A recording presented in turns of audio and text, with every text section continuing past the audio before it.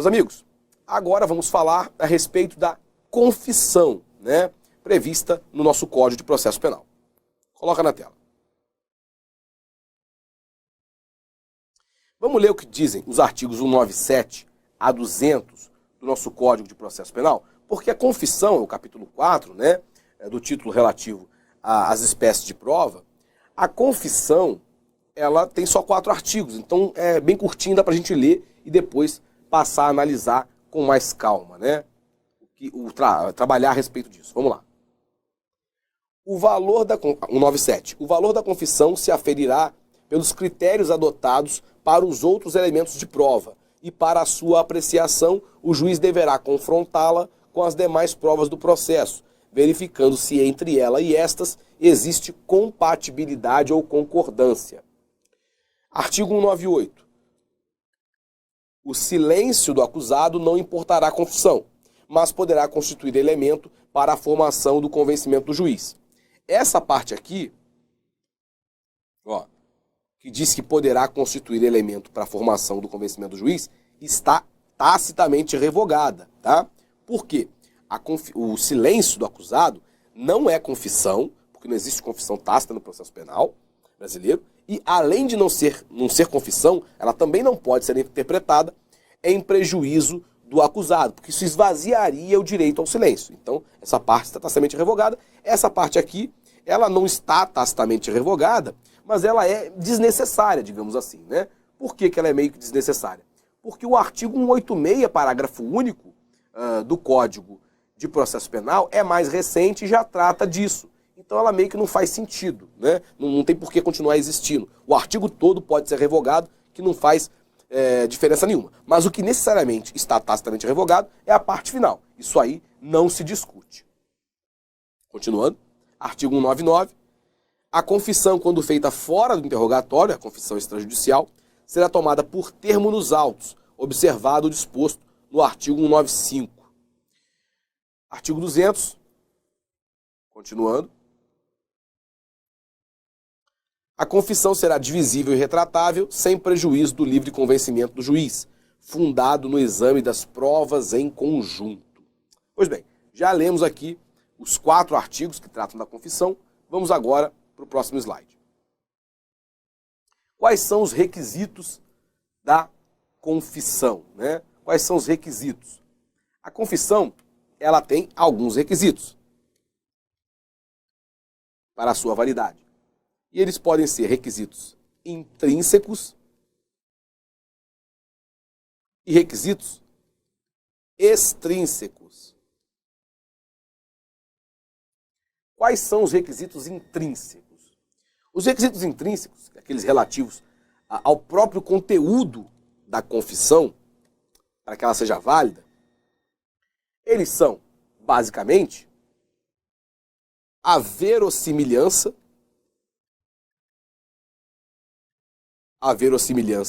das alegações do réu, né, em relação aos fatos. Como assim a verossimilhança, professor, das alegações do réu? Meus amigos, imaginem que o réu, ele esteja lá diante do juiz e o réu começa a confessar, confessa que praticou, foi ele que praticou. Só que a confissão daquele réu, né, não bate, né, com os fatos que estão provados no processo. Ele, réu, confessa dizendo que de fato ele pegou a vítima, que ele colocou no carro, que ele espancou a vítima, deu várias facadas, jogou no matagal. Só que o laudo do exame pericial, né, o exame de corpo de delito, né, apontou que não havia nenhuma lesão provocada por chutes, socos e pontapés, né? Não havia nenhuma lesão, nenhuma hematoma, que não havia nenhuma lesão provocada por faca, enfim, foi só um tiro, um disparo de arma de fogo. Então aquela confissão, ele confessou, perfeito. Ele confessou, não foi coagido nem nada. Só que a confissão dele não é verossímil, não está batendo com os fatos, né? O exame de corpo de delito diz que houve ali um tiro, um disparo de arma de fogo. Não teve chute, soco, nada. Não teve facada, e ele disse que deu chute, soco, facada, né? Não é verossímil aquela alegação, aquela confissão, portanto. E é um primeiro requisito para que ela seja válida. O primeiro requisito para que ela seja considerada válida pelo juiz é a verossimilhança. É a semelhança, digamos, a compatibilidade, perdão, daquela alegação com aquilo que efetivamente aconteceu. Se não é compatível, não é verossímil aquela confissão. Além da verossimilhança, nós temos a clareza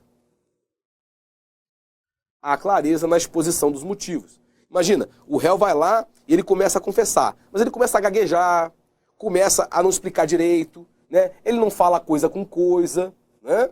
Então, não está sendo muito clara aquela confissão, está meio obscura aquilo ali. Então, o juiz vai entender o seguinte, olha, essa confissão, ela está meio mandrake, né? Tem coisa errada com essa confissão. Então, ele não vai aceitar, vai entender que aquela confissão é uma confissão inválida. E, além da clareza, a coincidência com os demais meios de prova. O juiz deve analisar a confissão, junto com os demais meios de prova. Ele não vai analisar a confissão isoladamente.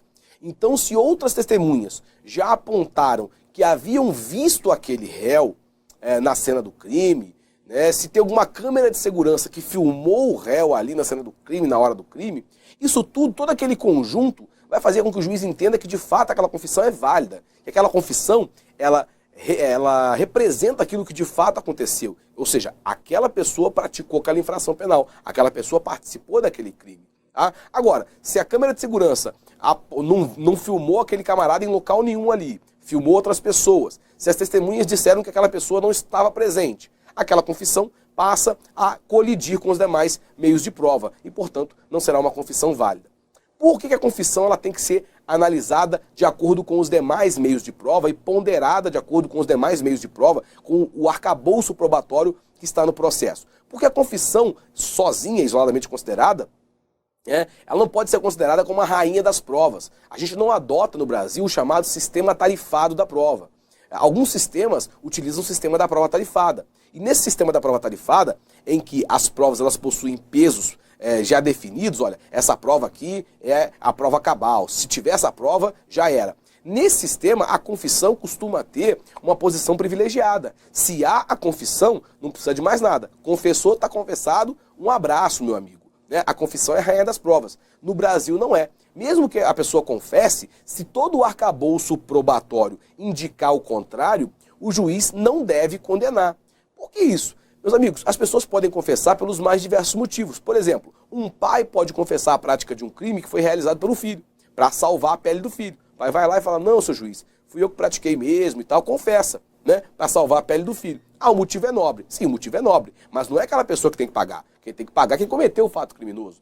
Então a confissão tem que ser sopesada, analisada, junto com as demais espécies probatórias, para que possamos chegar, o juiz possa chegar à conclusão mais correta, aquela que se aproxime à verdade real, que foi aquilo que aconteceu no mundo dos fatos.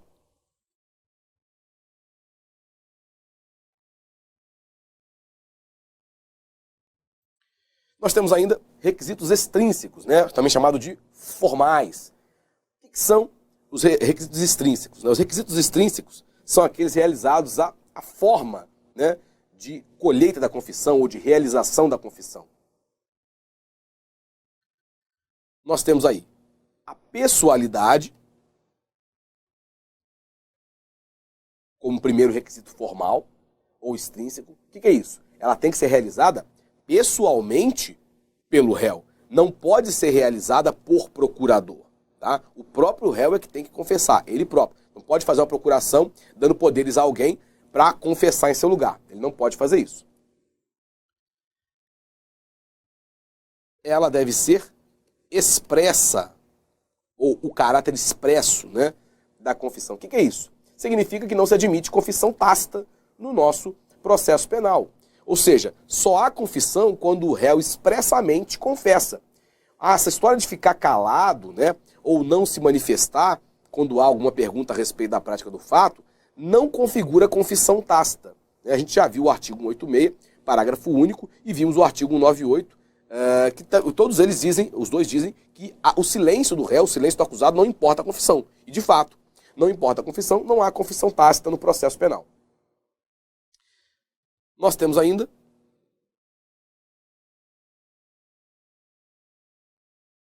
a necessidade de que o oferecimento se dê perante o juiz competente para o processo de julgamento daquele crime. E, por fim, a capacidade do acusado para confessar, né? A capacidade mental, né? Ele deve estar no pleno gozo das faculdades mentais. Se ele não está, não temos aí um dos requisitos da confissão. Tá? Como eu disse, como a gente adota o princípio do livre convencimento regrado ou motivado, a confissão não deve ser analisada isoladamente, não tem valor absoluto. Ela deve ser valorada de acordo com as demais provas. Perfeito? Vamos agora pegar aqui a classificação da confissão, de acordo com as mais variadas situações. Primeiro, com relação ao momento. Em relação ao momento, ela pode ser realizada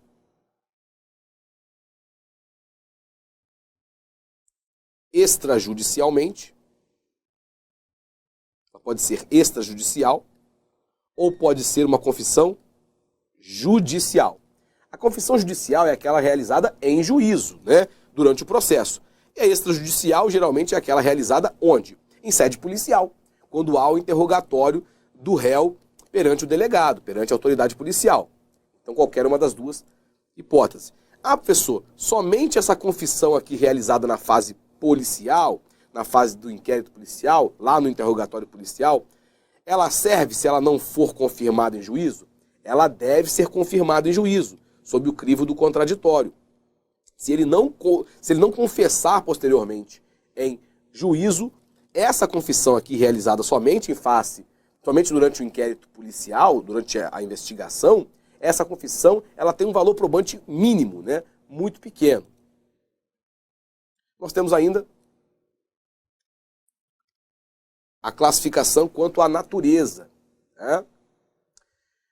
A confissão, de acordo com a natureza, ela pode ser a confissão real e pode ser ainda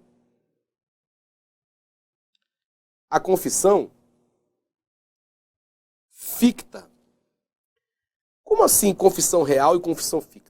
A confissão real é aquela que efetivamente aconteceu, né? A pessoa foi lá, o acusado foi lá, o réu foi lá, perante a autoridade, perante o juiz, por exemplo, no processo, né? E falou, seu juiz, fui eu que pratiquei. E a confissão ficta é aquela que deriva de uma presunção legal, uma presunção de que há confissão. Como assim? Meus amigos, lá no processo civil, a gente tem uma seguinte situação, né? Quando, claro, como regra, tá? Existem exceções no processo civil.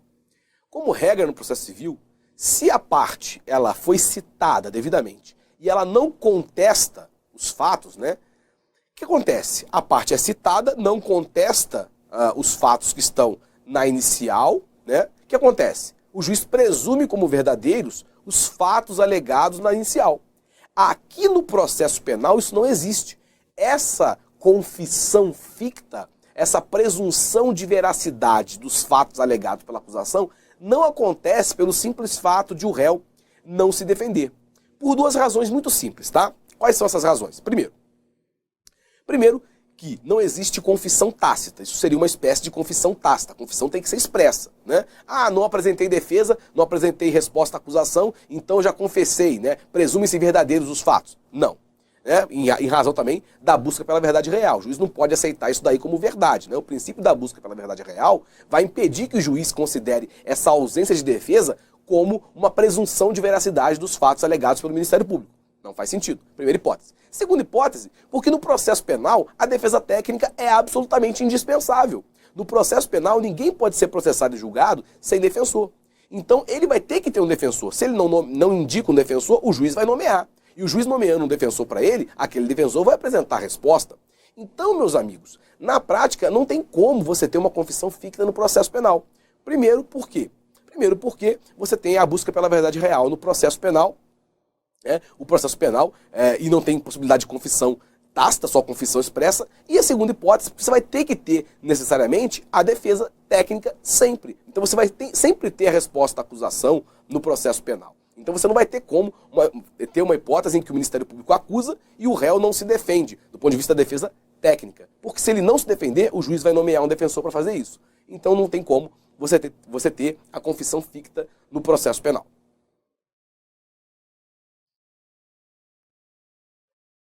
Continuando. Quanto à forma,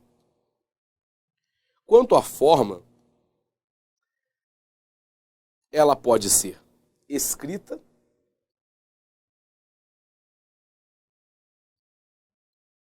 e ela pode ser oral, né? O réu, por exemplo, pode enviar uma carta, né, para o juiz confessando, ou pode alguém apresentar uma carta com a confissão realizada pelo réu, ou oralmente, que é a mais comum, que é o réu, no seu interrogatório, diante do juiz da causa, confessar o fato. Tá? E com relação ao conteúdo, essa parte é muito importante, tá? Da classificação com relação ao conteúdo. Com relação ao conteúdo, ela pode ser simples, perdão, e ela pode ser qualificada. O que é isso, professor? Simples e qualificada. Não estou entendendo. Na confissão simples, o réu simplesmente se limita a reconhecer a veracidade dos fatos a ele imputados. Imagina a seguinte situação. O José é réu num processo criminal, pela prática do crime de lesão corporal grave. O Ministério Público denunciou o José pela prática do crime de lesão corporal grave. O José, na audiência, no seu interrogatório, em sede judicial, o juiz pergunta para ele, senhor José, o senhor concorda com a acusação? São verdadeiros os fatos imputados ao senhor? O José se limita a falar, sim, são verdadeiros. Fui eu que agredi a vítima. Fui eu que pratiquei esse fato. Ponto. Faz isso. Essa é a confissão simples. Né? Ele confessou a prática dos fatos a ele imputados. Confissão simples. Só que além da confissão simples, a gente tem a confissão qualificada. Quando ocorre a confissão qualificada? A confissão qualificada, ela ocorre quando o réu ele não se limita a reconhecer a veracidade dos fatos a ele imputados. Na confissão qualificada, o réu, reconhece a veracidade dos fatos a ele imputados, reconhece a acusação, mas, aí tem um porém, tem uma vírgula, né? Vírgula, o réu, apesar de reconhecer a veracidade dos fatos a ele imputados, ele vai levantar alguma causa em sua defesa. Ele vai dizer o seguinte, olha, existiu uma situação de exclusão da ilicitude, ou existiu uma situação de exclusão da culpabilidade. Como assim, professor? Não estou entendendo. Vou dar um exemplo. Mesmo exemplo anterior, José está sendo processado pelo Ministério Público pela prática do crime de lesão corporal grave. No seu interrogatório em sede judicial, o juiz pergunta para ele, seu José, o senhor conhece a acusação, o senhor reconhece a veracidade dos fatos? O seu José diz o seguinte, sim, reconheço, fui eu que pratiquei esse fato, fui eu quem deu causa a essas lesões corporais graves. Todavia, né, vírgula, né, eu pratiquei esse fato, essa lesão corporal grave, em legítima defesa, porque a vítima me agrediu primeiro, e para eu me livrar daquela agressão, eu tive que agredir também. Veja que já aí, ele não simplesmente se limita a dizer que é verdade o que estão acusando, né? Ele não se limita a dizer que os fatos imputados são verdadeiros. Ele diz que os fatos imputados são verdadeiros, mas ele levanta uma bola para defender seu peixe. Ele vai dizer o seguinte, é verdadeiro, mas eu agi em legítima defesa. Ou poderia ser, eu agi em estado de necessidade, eu agi em obediência hierárquica, ou coação moral irresistível, que são excludentes de culpabilidade, não importa. Ele, portanto, ele reconhece a veracidade dos fatos, mas levanta alguma situação capaz de inocentá-lo, de excluir a ilicitude ou a culpabilidade daquele delito. Perfeito?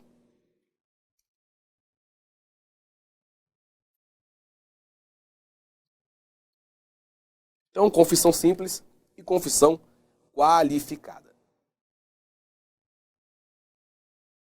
E a respeito da retratabilidade e divisibilidade da confissão. O que é isso? Retratabilidade, perdão, e divisibilidade. Meus amigos, a retratabilidade e a divisibilidade se relacionam com o seguinte. Primeiro, o caráter da retratabilidade, né? Ser retratável. O réu, ele pode confessar, né? Pode ir lá e falar, fui eu que pratiquei, enfim, confessar.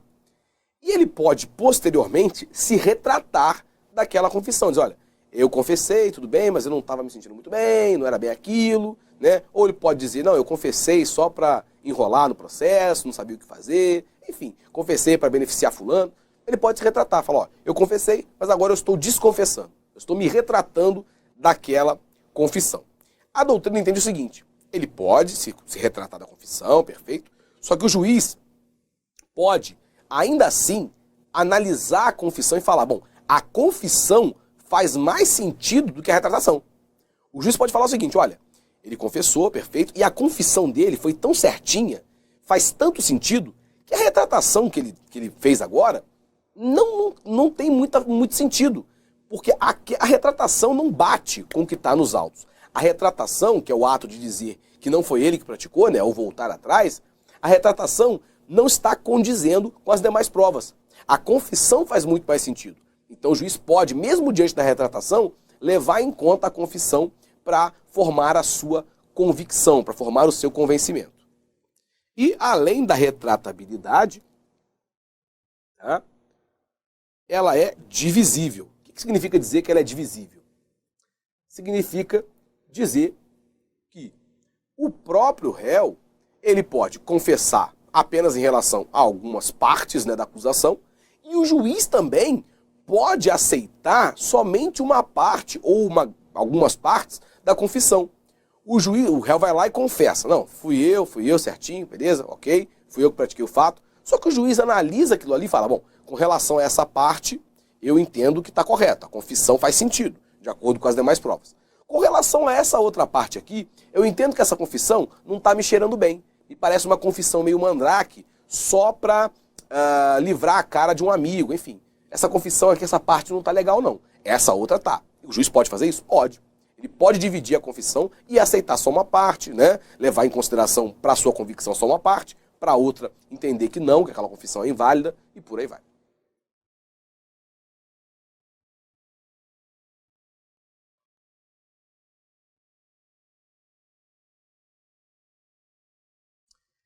Outra coisa importante, meus amigos,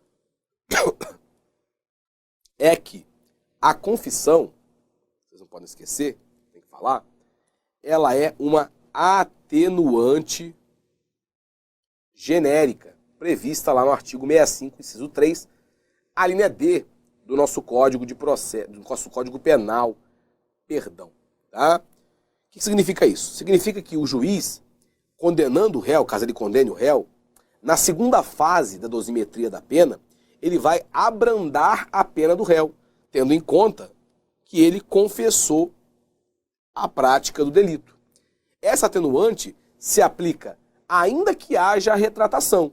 Tá? A pessoa, mas ele se retratou? Sim. Se ele se retratou, mas o juiz não deu muita bola para a retratação e continuou levando em consideração aquela confissão para condenar, essa confissão vai valer como atenuante. O juiz vai ter que atenuar a pena porque ele levou em consideração a confissão. Mas ela foi retratada, não importa. Ele se retratou, não se retratou? Sim. Mas o juiz levou em conta a confissão para condenar? Levou. Então a retratação não adiantou muita coisa, né? Então o juiz tem que utilizar essa confissão como uma atenuante na hora de aplicar a pena. Outra coisa, essa atenuante se aplica não só à confissão simples, mas também à confissão qualificada. Como assim, professor? O réu, mesmo que ele diga, olha, fui eu que pratiquei, mas pratiquei em legítima defesa. Se por algum acaso o juiz condena o réu e leva em consideração essa confissão para condenar, não importa se é uma confissão qualificada, ele tem que utilizar essa confissão como atenuante e aplicar lá a atenuante do artigo 65.3, a linha D do Código Penal, abrandando a pena daquele réu na hora de fixar a pena, na segunda etapa da dosimetria da pena. Tá bom?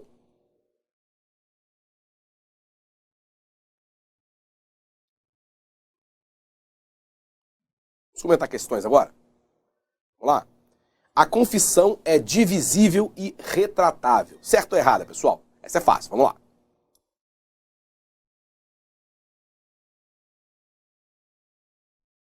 Certo ou errada, pessoal? Essa afirmativa está correta. Né? É o que está previsto no artigo 200 do nosso Código de Processo Penal. A confissão ela é divisível e retratável. Né? Divisível e retratável. Então, a afirmativa está correta, não tem mistério. Mais uma. Após denúncia anônima, João foi preso em flagrante pelo crime de moeda falsa, no momento em que fazia uso de notas de R$ 100 falsificadas. Ele confessou a autoria da falsificação, confirmada após a perícia. Com base nessa situação hipotética e nos conhecimentos específicos relativos ao direito processual penal, julgue os itens subsecutivos. A confissão de João, efetuada durante o inquérito policial, é suficiente para que o juiz fundamente sua condenação, pois pela sistemática processual, o valor desse meio de prova é superior aos demais. Certo ou errado? A afirmativa, meus amigos, está certo ou errada? Está errada. A afirmativa está errada. Por quê? A confissão sozinha, ela não é a rainha das provas, ela não é, esse meio de prova não é superior aos demais. A confissão tem que ser analisada de acordo com as demais provas que formam o arcabouço probatório do processo. Então, a simples confissão efetuada durante o inquérito policial não é suficiente para fundamentar a condenação. Perfeito? A afirmativa, portanto, está errada. Meus amigos, eu acho que eu esqueci de falar um negocinho com vocês, coisa rápida. Falando aqui dos requisitos, né? Voltando aqui rapidinho. Pessoalidade tem que ser expressa, oferecimento pelo juiz competente, capacidade para confessar. Eu acabei não falando, claro, da espontaneidade, né? Ela tem que ser espontânea. Se ela foi realizada por meio de coação, por exemplo, né? Ele confessou porque estava sendo torturado para confessar. É claro que essa confissão ela é inválida, tá? Só porque eu me dei conta que eu havia esquecido de falar sobre isso. A confissão tem que ser, claro, espontânea. Perfeito? Já vimos as questões, então. A gente encerra, então, essa parte relativa à confissão. Meu e-mail está aqui, mais uma vez, redes sociais e o canal no YouTube. Não se esqueçam de se inscrever. Espero que essa parte, meus amigos, referente à confissão, tenha sido útil para vocês, possa ter ajudado vocês nessa caminhada, nesses estudos, tá bom? Muito obrigado aí pela atenção mais uma vez.